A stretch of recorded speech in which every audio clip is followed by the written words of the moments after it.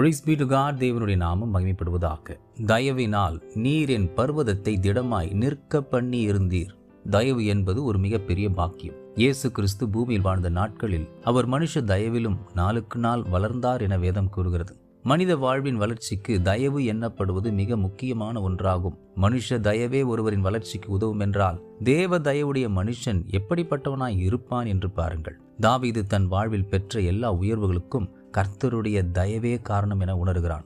கர்த்தருக்கு காணிக்கைகளை செலுத்தும் பொழுது கூட உம்மிடத்தில் பெற்றதை நாங்கள் உமக்கு செலுத்துகிறோம் என குறிப்பிட்டு கூறுகிறான். நம் வாழ்வில் நிலையற்ற தன்மை உணர்ந்து கொண்டு இருப்போம் என்று சொன்னால் தேவனின் தயவு நம்மை இன்று உறுதிப்படுத்தும். இந்த தயவினை மேலும் நாம் அதிகரித்துக் கொள்ள எந்த காலத்திலும் எந்த நேரத்திலும் அவரோடு நாம் தினமும் வேதம் வாசித்து ஆராதித்து அண்டி நிற்போம் என்று சொன்னால் அவர் நிச்சயம் நம்மை நிலைப்படுத்தி வர்த்திக்க செய்வார்.